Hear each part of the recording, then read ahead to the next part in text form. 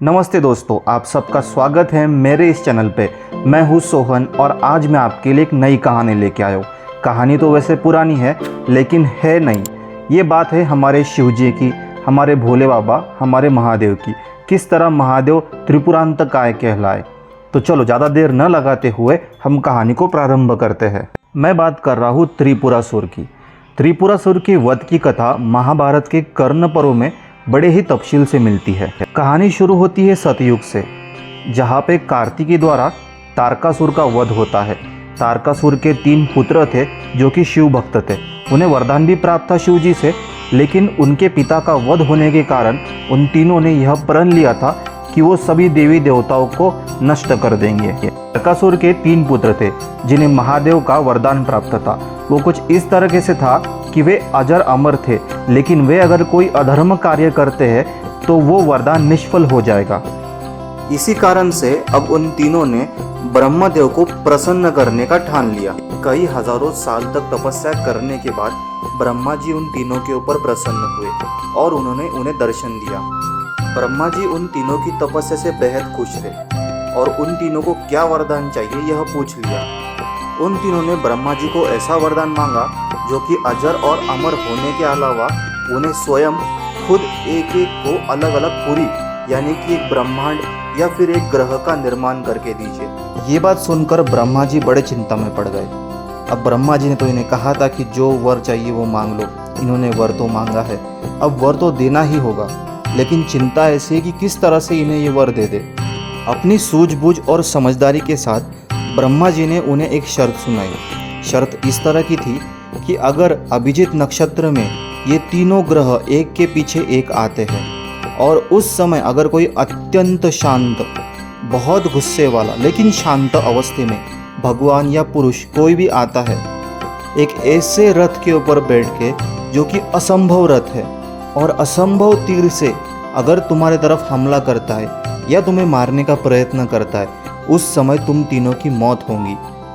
थोड़ी देर चिंता करने के बाद और सूझबूझ के साथ उन तीनों ने भी शर्त मान ली और इसी शर्त के साथ ब्रह्मा जी ने उन्हें वो वरदान दे दिया। वरदान तो मिल चुका था। अब वरदान मिलने के कारण इन तीनों पुरियों ने, तीनों ग्रहों ने पूरे ब्रह्मांड के अंदर त्राहिमाम मचा के रख दिया। उन्होंने इंद्रलोक पे भी अपना कब्जा पाना शुरू कर दिया और स्वयं इंद्र भगवान को अपने इंद्रलोक से बाहर धकेल दिया। ये तारकासुर के 3 पुत्र हैं।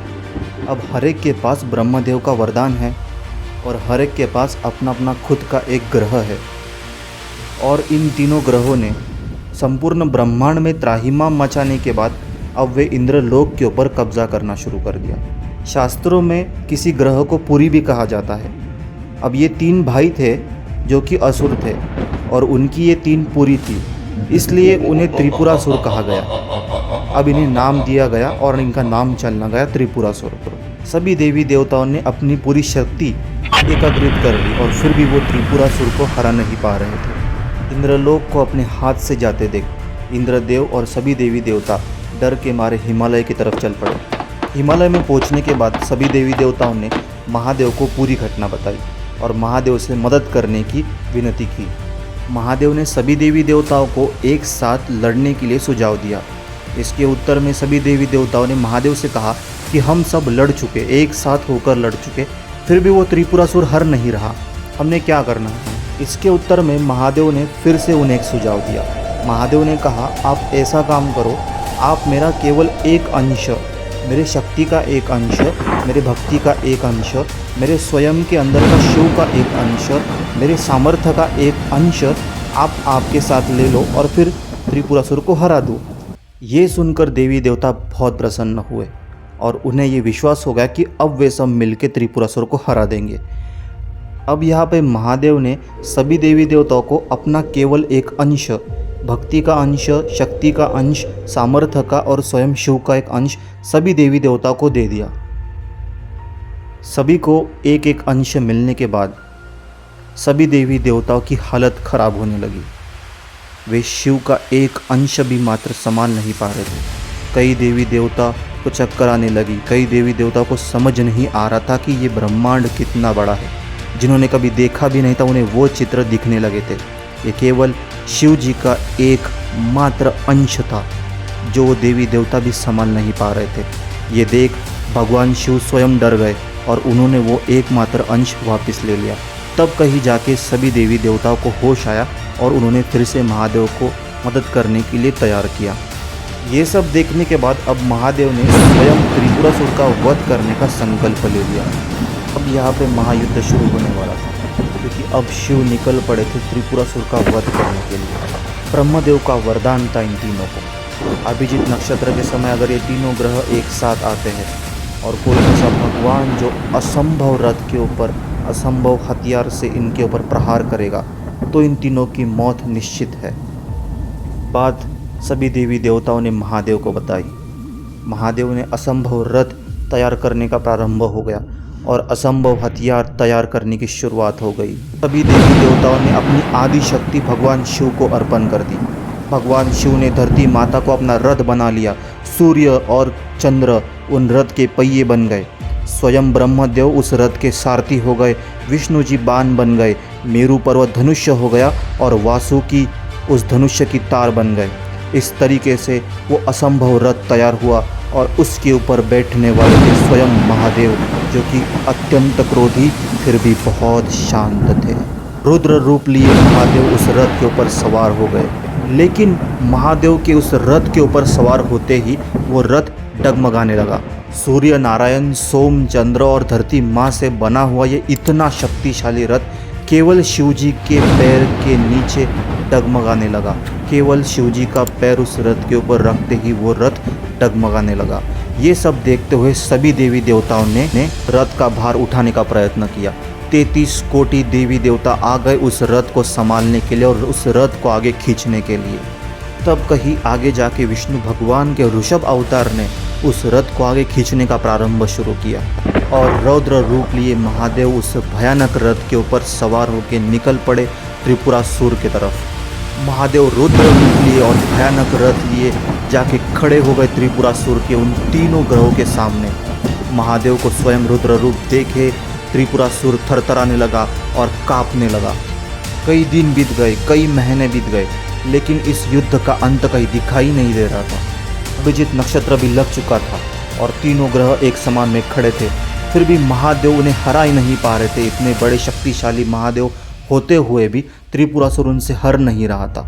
सब कुछ सही होते हुए भी ये युद्ध का अंत दिख नहीं रहा था। महादेव को ये बात समझ में आ गई कि इस युद्ध के अंदर कहीं ना कोई ना कोई तो भी विघ्न चल रहा है, कुछ तो भी विघ्न आ रहा है इस कार्य के अंदर। त्रिपुरासुर के अंत के अंदर कुछ तो भी विघ्न आ रहा था। ये विघ्न महादेव को समझ गया था कि क्या है। महादेव ने युद्ध को थोड़ी देर के लिए रोक दिया और रथ के ऊपर से नीचे उतरते हुए धरती माँ के ऊपर उन्होंने अपने खुद बेटे का यानी कि श्री गणेश जी का स्मरण किया। श्री गणेश जी का उन्होंने स्मरण किया। गणेश जी की उन्होंने पूजा की, अर्चना की और उनसे ये प्रार्थना की कि हे गणेश, श्री गणेश, आप जो भी विघ्न मेरे बीच में या फिर ये त्रिपुरासुर के युद्ध के बीच में आ रहा है, उस विघ्न को टाल दो और इस त्रिपुरासुर का अंत कराने में मदद कर दीजिए। इस स्थान के ऊपर महादेव ने श्री गणेश की स्थापना की, श्री गणेश जी का पूजन किया। उस गांव का नाम था मणिपुर।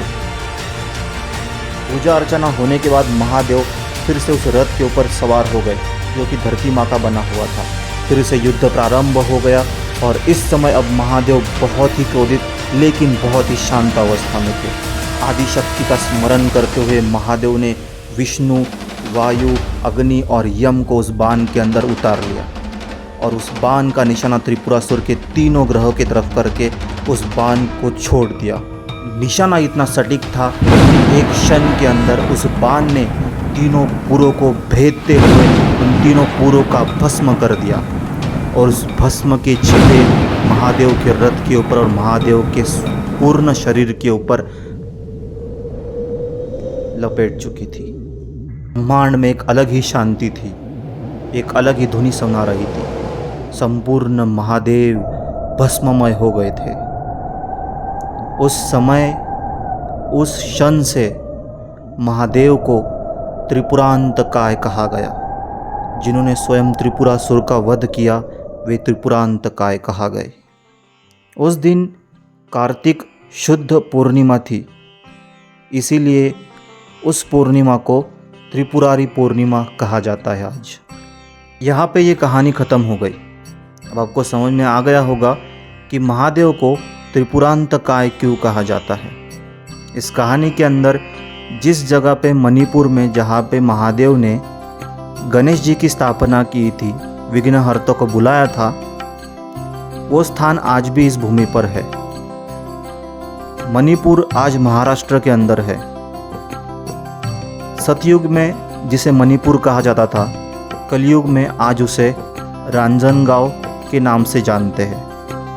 रांजनगांव के अंदर एक महादेव का मंदिर है जिसे महागणपति के नाम से आज वो प्रसिद्ध है। उस गणपति की स्थापना खुद महादेव ने विघ्नहर्ता के रूप में की थी। ये एक सच्चाई है और इतिहास है। आपको अच्छा लगे तो चैनल को सब्सक्राइब कीजिए, लाइक कीजिए, कमेंट में हर हर महादेव, श्री गणेशाय नमः कीजिए। धन्यवाद। फिर मिलूँगा इसी तरीके वीडियोस को लाते हुए। हर हर महादेव।